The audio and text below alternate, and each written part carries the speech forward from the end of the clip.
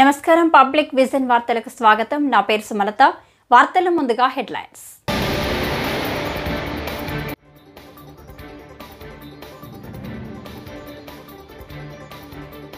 హైడ్రాకు chairman గా CM Revanth Reddy ఉంటారని commissioner AV Ranganath.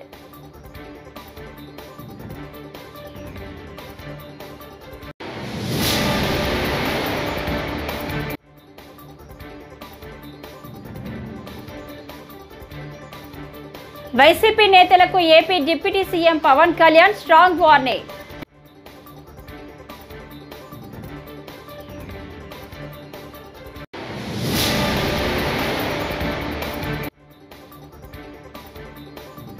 Telugu భాషా సంస్కృతిని పరిరక్షించుకున్నప్పుడే మనం గొప్పవారం అవుతాం. Justice NV Ramana.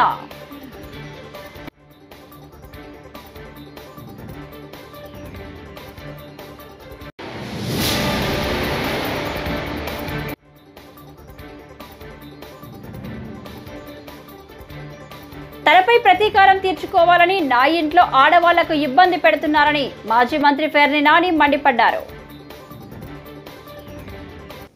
ఇక డీటెయిల్స్ చూస్తే, వైసీపీ నేతలకు AP deputy CM Pawan Kalyan strong warning ఇచ్చారు. అధికారులపై దాడి చేయడం వైసీపీకి కొత్త కాదంటూ ఆగ్రహించిన ఆయన, ఇది వైసీపీ రాజ్యం అనుకుంటున్నారా, ఖబర్దార్ అంటూ మండిపడ్డారు. గాలివీడు ఏపీడీఓ జవహర్ బాబును అమానుషంగా కొట్టారు.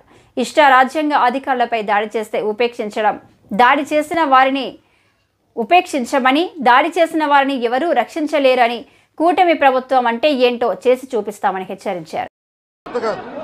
జల్లా సుదర్శన్ రెడ్డి గారికి గతంలో కూడా ఈయన ఇదే ఎంపీడీఓలో ప్రతాప్ గారి మీద దాడి చేశారు, శేఖర్ నాయక్ గారి మీద దాడి చేశారు, అలాగే శ్రీనివాసులు రెడ్డి గారి మీద దాడి చేశారు. ఇది వీళ్ళ రాజ్యాలు అనుకుంటా ఉన్నారు. ఇష్టానికి మేము చేసుకోవచ్చు.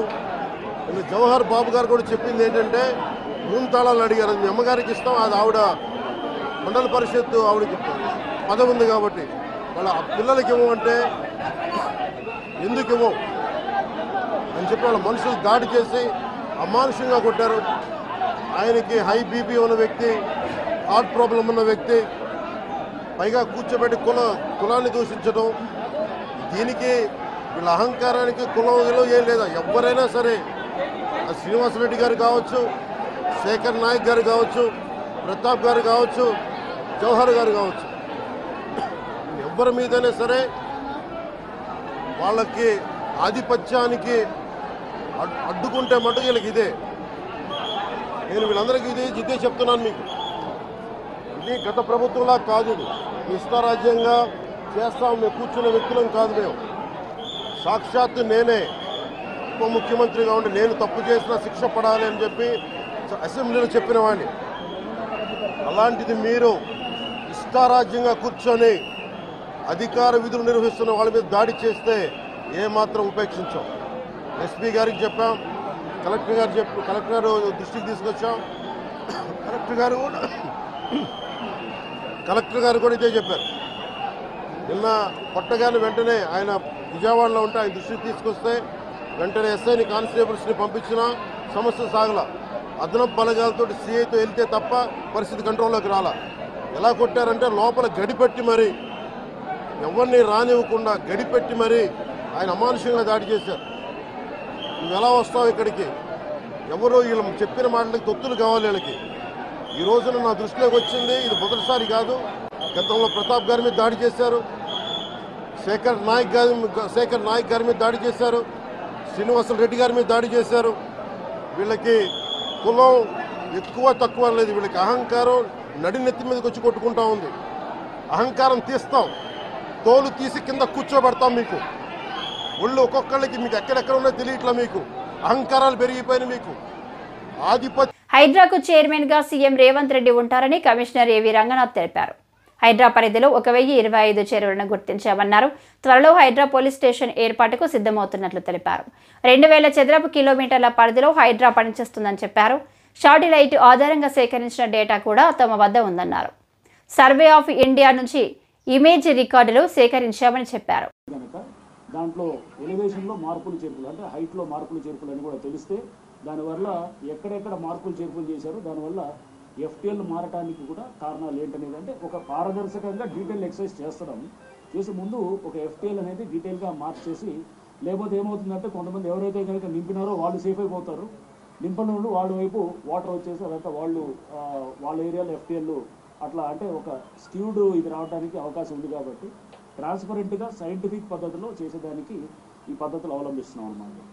సో నెక్స్ట్ ఇది వేరే శాటిలైట్ ఏజెన్సీస్ తోటి కూడా మేము చర్చలు జరుగుతున్నాయి. అండ్ అట్లానే ఎన్ఆర్ఎస్సి తోటి కూడా డీటెయిల్గా మేము వారితో కూడా సంప్రదిస్తున్నాము.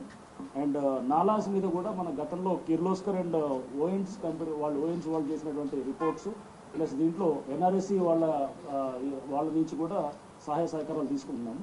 ఈ నాలాస్కి సంబంధించిన వాటిలో కూడా especially 3rd order and 4th order అంటే 1st 2nd ఆర్డర్ అంటే చిన్న కాలువలు ఉంటాయి అన్నమాట. బట్ 3rd 4th ఆర్డర్కి వచ్చేవాళ్ళు మెయిన్ స్ట్రీమ్స్ ఉంటాయి. దాని విడ్త్ ఎలా ఉండింది అనే దాన్ని కూడా మనం విలేజ్ మ్యాప్స్ ద్వారా అండ్ అట్లనే ఇతర ఏది మనకి గతంలో చేసినటువంటి స్టడీస్ ద్వారా అండ్ ప్లస్ మనకి మెయిన్గా శాటిలైట్ ఇమేజెస్ ద్వారా కానీ లేకపోతే టోపో షీట్స్ ద్వారా కానీ కూడా గుర్తించడానికి ప్రయత్నం చేస్తున్నాం అన్నమాట. అండ్ దీంతో పాటు చూస్తే కనుక ఇప్పటికి దాదాపు 5,000-8,000 కంప్లైంట్స్ దాకా మాకు రావటం జరిగింది. వీటిలో చాలా వరకు కూడా మనకి ఇది ఎంక్రోచ్మెంట్స్ ఇన్ ఇది ఎఫ్టీఎల్ గురించి కానీ లేకపోతే అనాథరైజ్ కన్స్ట్రక్షన్స్ మీద కూడా వస్తున్నాయి. సో అనాథరైజ్ కన్స్ట్రక్షన్స్ మీద కూడా హైడ్రాకి ఇప్పుడు అవతర్ దెన్ జిహెచ్ఎంసీ అంటే అవుట్ సైడ్ జిహెచ్ఎంసీ చుట్టూ ఉన్న 27 మున్సిపాలిటీస్లో కూడా అనాథరైజ్ కన్స్ట్రక్షన్స్ మీద కూడా యాక్ట్ చేసేటటువంటి అధికారం మున్సిపాలిటీస్ యాక్ట్ ద్వారా మాకు సంక్రమించడం కూడా జరిగింది అనేది కూడా మీ అందరూ కూడా తెలియపరుస్తున్నాం. సో దాంట్లో కూడా మాకు ప్రధానంగా అసోసియేషన్స్ ఎవరైనా కంప్లైంట్ చేస్తే అంటే అక్కడ ఎందుకంటే చాలా చోట్ల వచ్చాయి ఇది. సో మీరు అనొచ్చు ఎక్కడ మనం డిస్క్రిమినేట్ చేస్తామనే దానికి పబ్లిక్ నుంచి వచ్చి తనపై ప్రతీకారం తీర్చుకోవాలని నా ఇంట్లో ఆడవాళ్లను ఇబ్బంది పెడుతున్నారని మాజీ మంత్రి పేర్ని నాని మండిపడ్డారు. ఏదో ఒక రకంగా నన్ను నా భార్యను అరెస్టు చేయాలని చూస్తున్నారని ఆయన ఆవేదన వ్యక్తం చేశారు. రేషన్ బియ్యం మాయం కేసులు తనపై జరుగుతున్న తప్పుడు ప్రచారాన్ని మాజీ మంత్రి పేర్ని నాని ఖండించారు. ఈ విషయంలో అధికారుల దర్యాప్తు కంటే సోషల్ మీడియాలో రచ్చ ఎక్కువైందని, పోలీసుల విచారణ పూర్తి కాకముందే ఉద్దేశపూర్వకంగా తనను దొంగగా ప్రచారం చేస్తున్నారని ఆవేదన వ్యక్తం చేశారు. ఆఫర్ లెటర్ ఇచ్చి రెంట్కి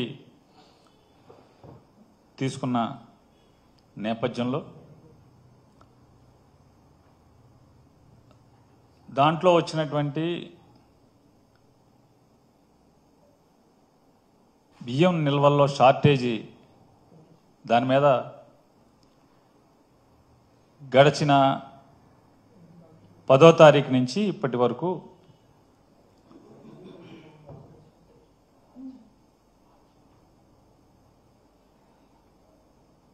పేర్ని నాని ఒక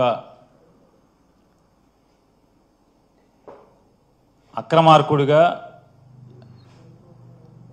నేనేదో ఉద్దేశపూర్వకంగా తప్పుడు పనులు చేశానని చెప్పని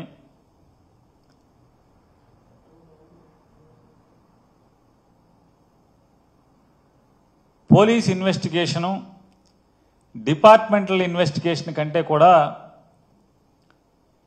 మీడియా సోషల్ మీడియా అత్యుత్సాహంతో విపరీతమైనటువంటి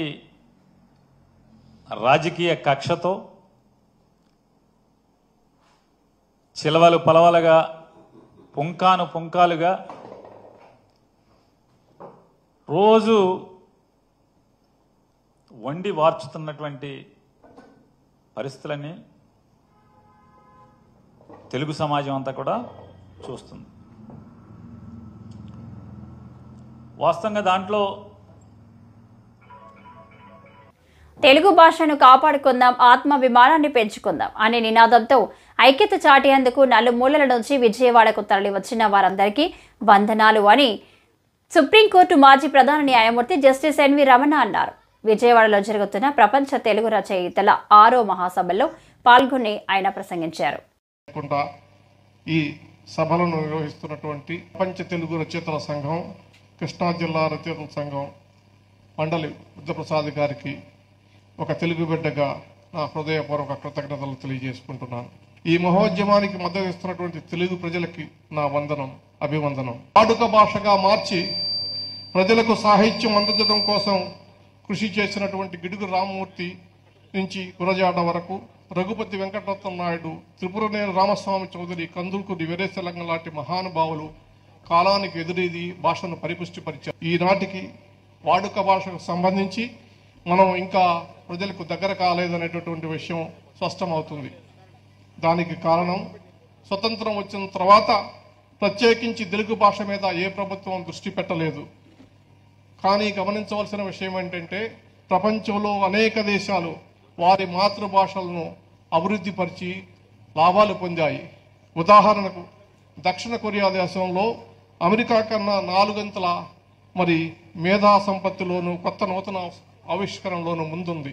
అక్కడ వారి మాతృభాషలోనే వారు పరిశోధనలు చేస్తారు, భాష కొనసాగుతుంది, విద్యాబోధన కొనసాగుతుంది.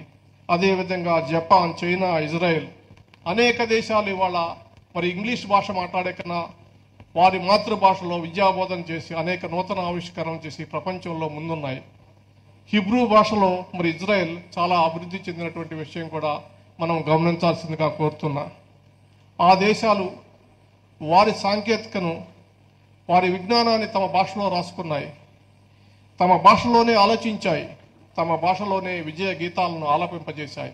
అక్కడ మాతృభాష ఉపాధినిచ్చింది, ఆత్మగౌరవాన్ని పెంచింది. వారితో వ్యాపారం చేయడానికి ప్రపంచమంతా ఇవాళ ఎగబడుతున్నటువంటి పరిస్థితి ఉంది. ఏ జాతికైనా అంతకు మించిన గౌరవం ఏముంటుంది? మాతృభాష మీద మమకారంతో దాని అస్తిత్వాన్ని భద్రాచలంలోని శ్రీ సీతారామచంద్ర స్వామి వారికి 40 లక్షల విలువైన రత్నాలతో పొదిగిన కవచాలను కానుకగా సమర్పించారు హైదరాబాద్కు చెందిన పిన్నమనేని బాలమురళీకృష్ణ శాంతి దంపతులు. ఈ కానుకను అందించారు. రాగిపై బంగారు పూత పూసి రత్నాలు పొదిగిన కవచాలను తమిళనాడులో ప్రత్యేకంగా తయారు చేయించారు. ఈ కవచాలకు ఆలయ అర్చకులు ప్రత్యేక పూజలు నిర్వహించారు. ఆదివారం ప్రధాన ఆలయంలోని లక్ష్మణ సమేత సీతారాముల మూలమూర్తులకు ఈ కవచాలను అలంకరించనున్నారు.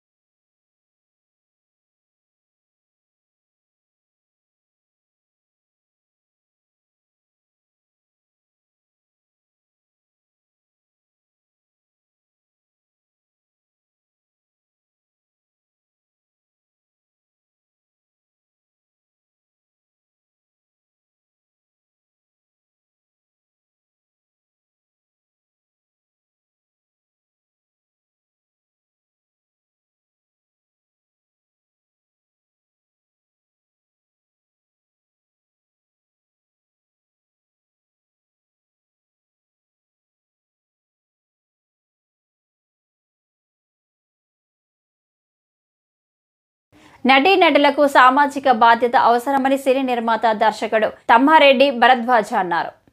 తాజాగా ఆయన ప్రెస్ మీట్ పెట్టారు. ఇటీవల సినీ ప్రముఖులు సీఎంను కలవడం గురించి మాట్లాడారు. ఇండస్ట్రీకి ప్రభుత్వానికి మధ్య గ్యాప్ వచ్చిందని అపోహ ఆ మీటింగ్తో తొలగిపోయిందన్నారు.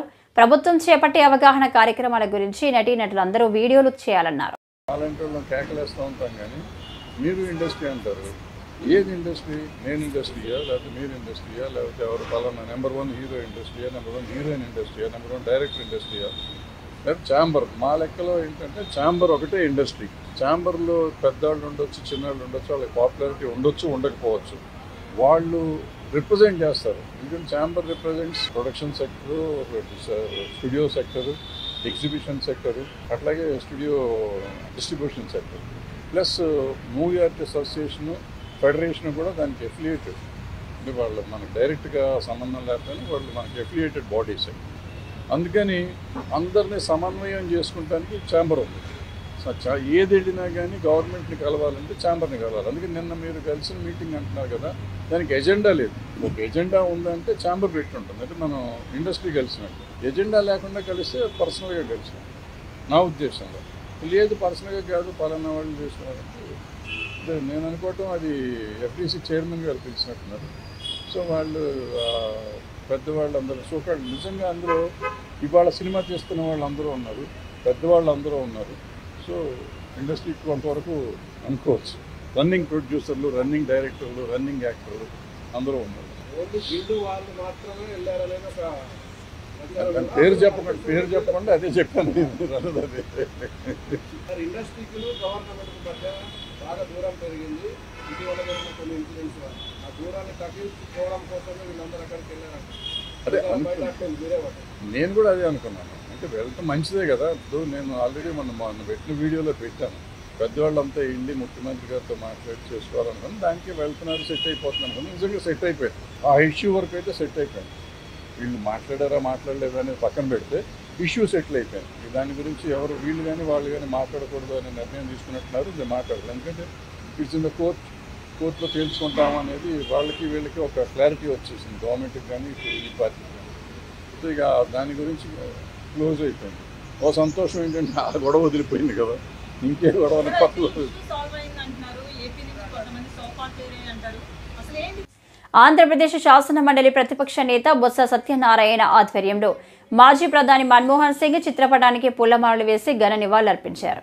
ఈ కార్యక్రమంలో విశాఖపట్నం వైఎస్ఆర్ కాంగ్రెస్ పార్టీ జిల్లా పార్టీ అధ్యక్షులు మాజీ మంత్రి Gudivada Amarnath, Visakha Zilla Parishad chairperson Jallipalli Subhadra, MLC doctor Kumbha Ravibabu, MLC Ravindrababu, మాజీ MP doctor Botsa Jhansi Lakshmi, deputy mayor, మాజీ ఎమ్మెల్యేలు, సమన్వయకర్తలు, కార్పొరేటర్లు, మాజీ కార్పొరేటర్లు, వార్డు అధ్యక్షులు, కార్యకర్తలు, ఇతర ప్రజాప్రతినిధులు తదితరులు పాల్గొన్నారు.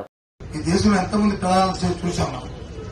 ఒక్కొక్క దాంట్లో ఇదైతే ఇది అన్నిట్లో ఆ ఒక రంగమా, రెండో ఒక రంగమా, అది ఆర్థిక రంగమా, వ్యవసాయ రంగమా, లేకపోతే ఇంకొక రంగమా అనేది కాకుండా దేశం యావత్తు ఏది అవసరమో, ప్రజలకు ఏది అవసరమో, ఆ రోజున్న 100 కోట్ల మందికి ఏది అవసరమో దాన్ని దృష్టిలో పెట్టుకుని ఆయన సంస్కరణ చేశారు. ఈ రోజు పేదవాడికి ఇస్తున్న అన్ని ఆహార పథకం ఉంది, ఎన్ఆర్జీఎస్. ఆ పథకాన్ని తీసుకొచ్చి ఏదైతే మా సగటు మనిషికి కానీ సామాన్యుడికి 5,000 నోట్లోకి వెళ్ళాలి, ప్రతిరోజు కూడా ఆకలితో ఎవరు కూడా ఆకలి మంటలతో ఉండకూడదు, ప్రతి ఒక్కరు కూడా సంతోషంగా ఉండాలని ఆలోచనతో ఆ రోజు ఆయన తీసుకొచ్చిన ఈ పథకం ఇవాళ దేశం అంతా కూడా ఇవాళ కొనసాగుతున్న సందర్భాన్ని కానీ లేదు దేశంలో ఒకే యూనిక్ కోడ్ ఉండాలని చెప్పి అందరికీ కూడా ప్రపంచంలో ఎక్కడ విధంగా ఈ రోజు భారతదేశంలో జరుగుతున్న నేపథ్యం కానీ లేదా ఆర్థిక సంక్షోభం కానీ ఏ అంశాన్ని తీసుకున్నా సరే ఒకటి కాదు, రెండు కాదు ఇవాళ. అందుకే ఇందాక పెద్దలు చెప్పినట్లు యావత్తు రాజకీయాలకు అతీతంగా రాజకీయం అనేది ఇవాళ ప్రధానమంత్రులు వస్తుంటారు వెళ్తుంటారు, కానీ ఒక ప్రధానమంత్రి రాజకీయాలకి ఈ ఎన్నికల్లో చూస్తున్నాం. రాజకీయాలతో ముడిపడి ఉన్నారు, కానీ రాజకీయాలకు అతీతంగా నాకు దేశమే ముఖ్యం, నాకు దేశ ప్రజలే ముఖ్యం అనేది ముఖ్యంగా మన భారతదేశాన్ని తీసుకుంటే భారతదేశానికి ఒక్కటే సాధ్యం. ప్రపంచ దేశాలతో ఒక ఆర్థిక శాస్త్రవేత్త ప్రధానమంత్రిని, ఒక శాస్త్రవేత్తని భారత రాష్ట్రపతిని చేసిన మరి ఘనత ఈ దేశంలో మన ఒక్క భారతదేశానికి ఉంది, ఇవాళ ప్రపంచ దేశానికి. మరి ఒక్కసారి అలాంటి నేపథ్యంలో ఇవాళ మరి వారు లేని లోటు, చాలా తీరని లోటుని వారి తాలూగా స్మృతికి మనందరం కూడా చింతిస్తూ ఇవాళ ఆయన ఆత్మశాంతికి చేకూరాలని, ఆయన తాలూకా ఆశయాలకి ప్రతి ఒక్కరూ కూడా వారి వంతున వారికి వచ్చిన విధంగా వారి దైనందిన జీవితం వారికి తోచిన విధంగా వారు దాంట్లో ఆ స్ఫూర్తితో పనిచేయాలని మరి ప్రతి ఒక్కరిని కోరుకుంటూ వారి కుటుంబానికి ప్రగాఢ సానుభూతిని, వారి ఆత్మశాంతి చేకూరాలని కోరుకుంటూ సెలవు తీసుకున్నాను. జై హింద్. దాచేపల్లి వద్ద అద్దంకి నార్కెట్పల్లి హైవేపై గొర్రెల కాపర్లు, వారి మద్దతుదారులు ఆదివారం ఉదయం పెద్ద ఎత్తున రాస్తారోకో నిర్వహించారు. ట్రావెల్స్ బస్సు ఢీకొని వందలాది గొర్రెలు మృత్యువాత పడ్డాయి. గొర్రెల కాపర్లు గాయపడడంతో ఆసుపత్రికి తరలించారు.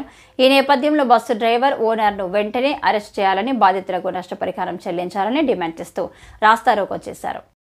తెలంగాణ రాష్ట్రం నుంచి ఆంధ్రప్రదేశ్ రాష్ట్రంలోకి పొట్టకూటి కోసం జీవాల పెంపకందారులైనటువంటి మా యాదవ్ సోదరులు మాదనపాడు గ్రామానికి వలస వస్తున్న సందర్భంలో ఈ యొక్క మార్కెట్ యార్డు దగ్గర ఉన్నటువంటి హైవే మీద, నేషనల్ హైవే మీద దాదాపు 250 గొర్రెలను పోపు 2 మనుషులు కూడా చంపేటటువంటి దుర్మార్గమైన యాక్సిడెంట్ చేసింది ఈ బస్సు. ఒకసారి బస్సును కూడా చూడండి.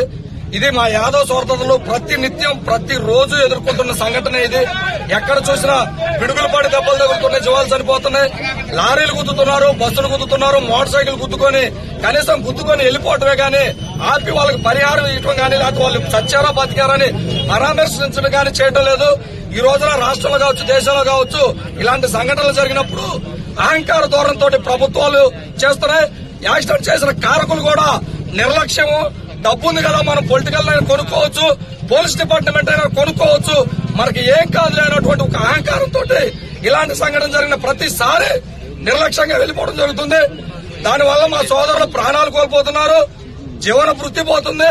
ఈ రోజున 250 జీవాలు, దాదాపు 40-50 లక్షల రూపాయల ఖరీదు, 2 ప్రాణాలు పోయే పరిస్థితిలో ఉందంటే దీన్ని మేము ఖచ్చితంగా తీవ్రంగా ఖండిస్తున్నాం. ఓనర్ ని, డ్రైవర్ ని వెంటనే జైలుకు పంపించడమే కాకుండా ₹1 కోటి పరిహారం ఒక్కొక్క మనిషికి జీవాలకి ఎంతైతే నష్టం జరుగుతుందో అంత పరిహారం ఇప్పించాలని మేము డిమాండ్ చేస్తున్నాం. ఇది జరిగేదాకా మేము ఈ హైవే నిబంధనని వదిలిపెట్టాం. తక్షణమే ఇక్కడికి ప్రభుత్వం నష్టం చేసిన వారు దిగొచ్చి రావాలి, దిగొచ్చినాక మేము నుంచి కదలవని గట్టిగా చెప్తున్నాం. అనకాపల్లి జిల్లా నక్కపల్లిలోని బాలికల గురుకుల పాఠశాలను హోంమంత్రి వంగలపూడి అనిత శనివారం ఆకస్మికంగా తనిఖీ చేశారు. మధ్యాహ్నం సమయంలో పాఠశాలకు వచ్చారు. విద్యార్థులకు పెట్టిన భోజనాన్ని పరిశీలించడంతో పాటు వారితో కలిసి ఆమె కూడా భుజించారు. ఈ సందర్భంగా ఇక్కడ బోధన నాణ్యత వివరాలను అడిగి తెలుసుకున్నారు. స్థానిక సమస్యలపై ఆరా తీశారు. ఉన్నత లక్ష్యాలు ఏర్పాటు చేసుకుని వాటిని సాధించాలని విద్యార్థులకు సూచించారు.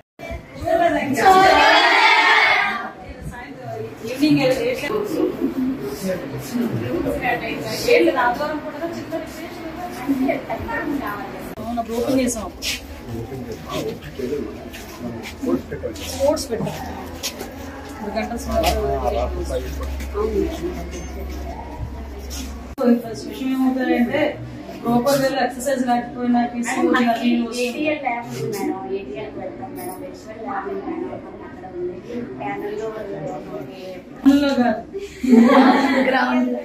నాంది ఫౌండేషన్ వాళ్ళు స్పెషల్ గా 30 టీచర్లు కూడా వేశారు. ఈ మీకు ఆడిస్తున్నారు మేడం. ఎందుకంటే అది ఈ రోజు అనుకోవచ్చు ఆడుకోవడం, అది ఫిజికల్ ఎక్సర్సైజ్ అనేది ఆడుకోవడానికి ముఖ్యంగా ఫర్దర్ గా ఎటువంటి కాంప్లికేషన్స్ రాకుండా ఉంటాయి. చదువుతో పాటు ఆటలో ఉండాలి, అన్ని అంతా ఉండాలి. All the best. చదువుకోవడానికే కదా, చదువుకోకుండా మనం ఏదైనా కొంచెం అటు ఇటుగా కూడా ఉన్నా కూడా వాళ్ళు ఇబ్బంది పడతారు. హ్యాపీగా చదువుకోండి, మంచి మంచి ఉద్యోగాలు ఉన్నాయి, పాలిటిక్స్ కూడా ఉంది కదా. మీరు చక్కగా డిగ్రీకి వచ్చే టైంకి డిస్ట్రిక్ట్ వస్తుంది. ఫస్ట్ ఆఫ్ ఆల్ ధైర్యంగా ఉండండి. ఇక్కడ నుంచి వెళ్ళేటప్పుడు గోల్తో వెళ్ళాలి. పెళ్లి చేసుకుందాం గోల్ కాదు, మంచి ఉద్యోగం రావాలి, అంతవరకు చదువుకోవాలి. పేరెంట్స్ మిమ్మల్ని జమ్మూ కాశ్మీర్ను మంచు దుప్పటి కప్పేసింది. శనివారం ఉదయం నుంచి భారీగా మంచు కురుస్తున్న నేపథ్యంలో శ్రీనగర్ జమ్మూ జాతీయ రహదారి, మొఘల్ రోడ్డు రహదారులను అధికారులు మూసివేశారు. బనిహాల్, బారాముల్లా మధ్య పలు రైళ్లు రద్దు చేయగా శ్రీనగర్ విమానాశ్రయం నుంచి సర్వీసులను నిలిపివేశారు.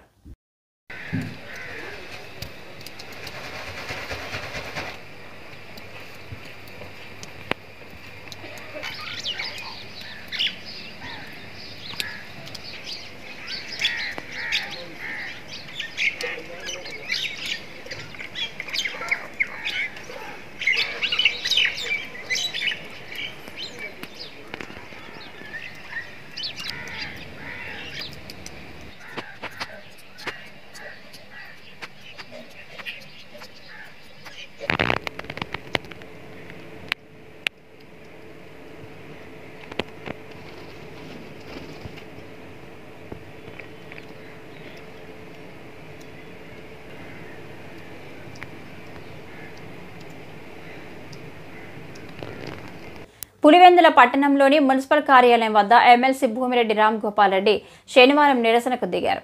శనివారం మున్సిపల్ కౌన్సిల్ సమావేశం ఉంది. నన్ను అవమానించడానికే వైసీపీ కౌన్సిలర్లు, చైర్మన్, వైస్ చైర్మన్ సమయానికి రాలేదు.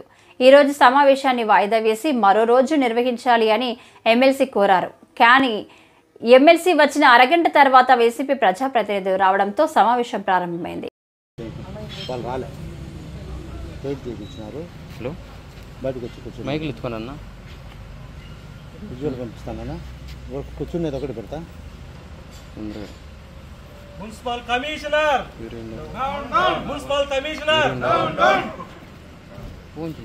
ఎందుకు మీటింగ్లు పెట్టాలి నాకు అర్థం కాదు. మీరు పనానికి ఎందుకు పెడతారు మీటింగ్లకు? 10:30 మీటింగ్. మేమేమన్నా చైర్మన్ గారు ఇంకోటి ఉండాలి కోరం లేకుంటే వాయిదా వేయండి మీటింగ్ 10:30 సమావేశం జరిపి చైర్మన్ గారు సార్ ఏదన్నా కానీ కాక పిలిచారా మీరు బాధ్యతగా చైర్మన్ గారు చెప్పారు సార్ వస్తున్నారు సార్ మేము ఎందుకు రాలా రేపు పెట్టు.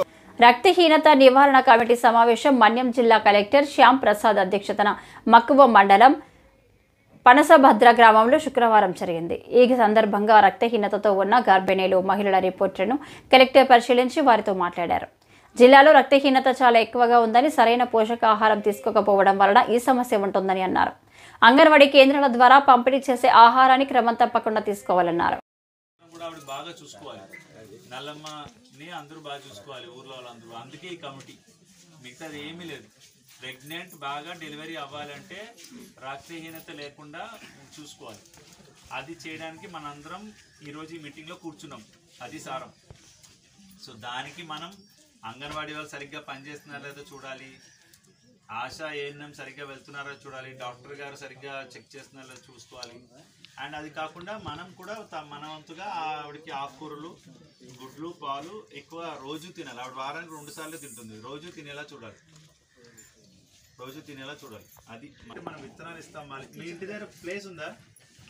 పాలకూర వేసుకోవడానికి విత్తనాలు వేస్తే మీరు చోటు ఉందా? జాగా వంకాయలు అని కాదు, ఓన్లీ ఆకుకూరలు అవి త్వరగా వస్తాయి. పెరడ్ ఏమైనా ఉందా స్థలం? సో మరి విత్తనాలు ఇస్తే వాడుకుంటారా, లేదంటే ఎవరైనా పండించి ఇవ్వాలా? మీరేమంటారు? అంటే విత్తనాలు ఇస్తే మీరు ఎవరైనా మీ ఇంట్లో వాళ్ళు ఎవరైనా వేయగలుగుతారా? మరి విత్తనాలు కిట్ ఏమైనా రెడీ చేసామా అగ్రికల్చర్ ముందంటే కూడా ఉపాధి హామీలో మనం డబ్బులు ఇచ్చి, అంటే మీరు అక్కడికి వెళ్ళి పని చేసిన దానికి 300 రూపాయలు వస్తాయి. ప్లస్ అక్కడ ఆకుకూరలు పండించి ఇలాంటి మన ప్రెగ్నెంట్ ఉమెన్కి ఇవ్వండి. ఈ వార్తలు ఇంతటితో సమాప్తం. నమస్కారం.